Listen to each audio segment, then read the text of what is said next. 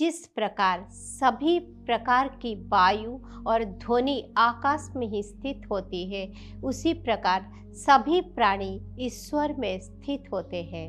हे लक्ष्मण, तुम्हारे प्रताप और प्रभाव को कौन जान सकता है? तुम भरत का वध करने में सर्वथा समर्थ हो। यथाकाशो स्थितो नित्यं वायु सर्वत्र गो महान्, तथा सर्वाणि भूतानि मत्स्थानि त्युपधारय। नमस्कार, उदय इंडिया डिजिटल में आपका स्वागत है। मैं हूँ उपाली अपराजिता। श्रीमद् भगवत गीता का जो श्लोक मैंने उच्चारित किया उसमें बताया गया है कि जिस प्रकार सभी प्रकार की वायु और ध्वनि आकाश में ही स्थित होती है, उसी प्रकार सभी प्राणी ईश्वर में स्थित होते हैं। ध्वनि और आकाश का बड़ा ही गहरा संबंध है।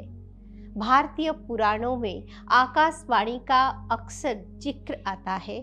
जैसे कृष्ण के जन्म से पहले कंस को हुई आकाशवाणी, रामायण में लक्ष्मण को हुई आकाशवाणी, आदि आदि। आकाशवाणी अर्थात आकाश की वाणी। सुनने में तो ये शब्द बड़ा सरल लगता है, किंतु वास्तव में इसका रहस्य बहुत गूढ़ है। लेकिन इससे पहले कि हम आकाशवाणी के बारे में कुछ भी जाने, हमें आकाश के विषय में समझना होगा। हमारा शरीर पंच तत्वों से मिलकर बना है, जो है धरती, जल, अग्नि, वायु एवं आकाश। इसमें से भूमि, जल, अग्नि एवं वायु को हम देख या महसूस कर सकते हैं, लेकिन आकाश तत्व कहाँ होता है, यह किसी को दिखाई नहीं देता। दरअसल आकाश हमारे शरीर में उपस्थित शून्य को प्रदर्शित करता है। इस जगत में जहाँ जहाँ भी शून्य है, अर्थात कुछ नहीं है, वो ही आकाश तत्व ही है। इसी प्रकार शून्य से जो वाणी आती है उसे आकाशवाणी कहते हैं। यानी हमारी अंतरात्मा की जो वाणी होती है वही आकाशवाणी होती है। इसीलिए कहा जाता है कि आकाशवाणी कभी असत्य नहीं होती। हम शरीर से चाहे कितने भी पाप कर्म करें, हमारे अंतरात्मा सदैव ये जानती है कि वो कर्म ठीक नहीं है। जो भी अपने अंतरात्मा की वाणी को सुनकर उसका अनुसरण करता है, वो कभी अनुचित कार्य नहीं करता। अब जानते हैं कि पुराणों, शास्त्रों या महाकाव्यों में जो आकाशवाणी बताई जाती है वो क्या होती है। तो जब कोई श्रेष्ठ व्यक्ति अज्ञानतावश किसी कार्य को पुण्य समझकर कर रहा हो, किंतु वास्तव में वो पाप कर्म हो, तब उस व्यक्ति को उस पाप से बचाने के लिए आकाशवाणी के माध्यम से उसे सचेत किया जाता है। इसका सबसे अच्छा उदाहरण रामचरितमानस में की गई वो आकाशवाणी है जो लक्ष्मण को सचेत करने के लिए की गई थी। जब लक्ष्मण को ये पता चला कि भरत सेना सहित चित्रकूट पहुंच गए हैं, तो उन्हें ऐसा मिथ्या बोध हो गया कि भरत श्री राम पर आक्रमण करने आ रहे हैं। इसी भ्रम में उन्होंने भरत के वध का संकल्प कर लिया और अपने धनुष को धारण किया। तभी उन्हें सत्य से अवगत कराने के लिए आकाशवाणी हुई। तात प्रताप प्रभाव तुम्हारा, को कही सकई को जान निहारा। अनुचित उचित काज किछु होऊ, समुझि करेओ भल कह सबु को। सहसा करी पाछे पछिताहि, कहीं वेद बुद्ध ते बुद्ध नाही। अर्थात हे लक्ष्मण, तुम्हारे प्रताप और प्रभाव को कौन जान सकता है? तुम भरत का वध करने में सर्वथा समर्थ हो, किंतु किसी भी कार्य को बिना सोचे विचारे नहीं करना चाहिए।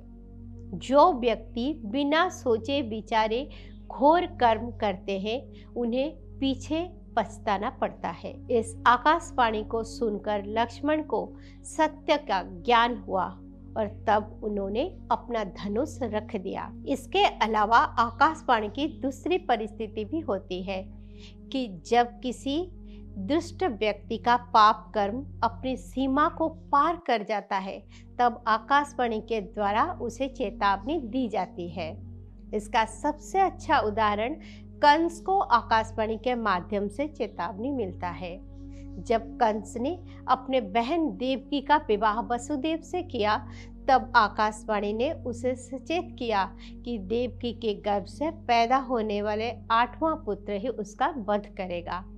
इस आकाशवाणी के पीछे उद्देश्य ये था कि या तो कंस अत्याचार करना बंद कर दे अथवा वो अत्याचार की सारी सीमाओं को लांघ जाए, ताकि उसका अंत जल्द से जल्द हो। यही हुआ। उस आकाशवाणी को सुनकर कंस इतना भयभीत हो गया कि उसने अत्याचार की सारी सीमाओं को पार कर दिया। उसने देवकी और वसुदेव को बंदी बनाकर उनके 6 पुत्रों का वध कर दिया, जिसके बाद श्री कृष्ण ने उसका वध कर संसार को उसके अत्याचारों से मुक्ति दिलाई। महाभारत में भी आदि पर्व के प्रथम अध्याय में वर्णित है कि जब कुंती अपने 5 पुत्रों को हस्तिनापुर लेकर आए, तो प्रजा ये संदेह करने लगे कि जब पांडु की मृत्यु इतने दिन पहले हो चुकी है, तो फिर ये 5 पांडु पुत्र कैसे हो सकते हैं। उस समय एक आकाशवाणी हुई कि ये 5 पांडु पुत्र ही है, जिससे जनता का संदेह मिटा।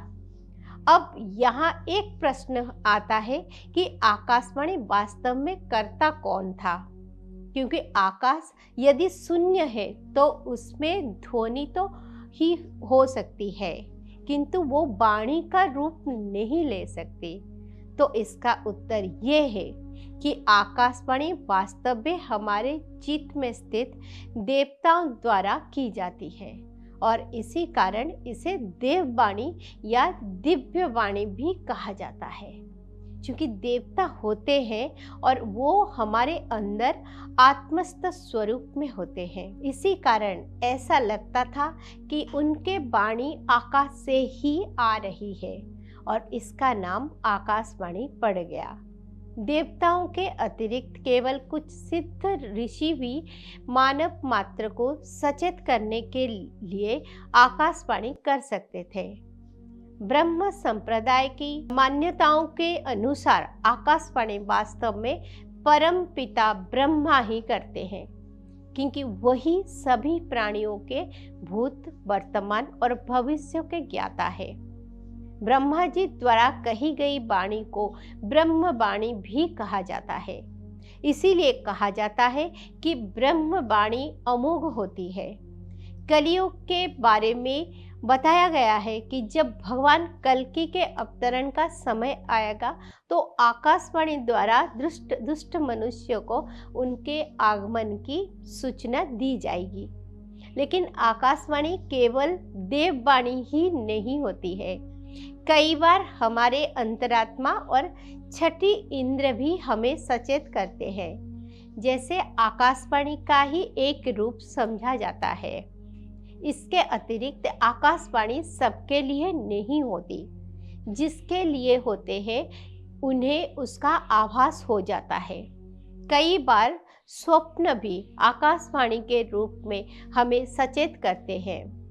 ऐसे असंख्य घटनाएं हैं जब स्वप्न साकार होते हैं। ऐसे मान्यता है कि दिबा स्वप्न अर्थात दिन में दिखा गया स्वप्न अधिकतर सत्य साबित होता है। ऐसा ही एक उदाहरण अमेरिका के राष्ट्रपति अब्राहम लिंकन के विषय में बड़ा प्रसिद्ध है। एक बार अब्राहम लिंकन ने अपने साथी वॉर्ड लेमन को अपने सपने के बारे में बताया कि उन्होंने स्वप्न देखा कि व्हाइट हाउस से रोने की आवाज़ आ रही थी और लोग एक शव को घेर कर रो रहे थे।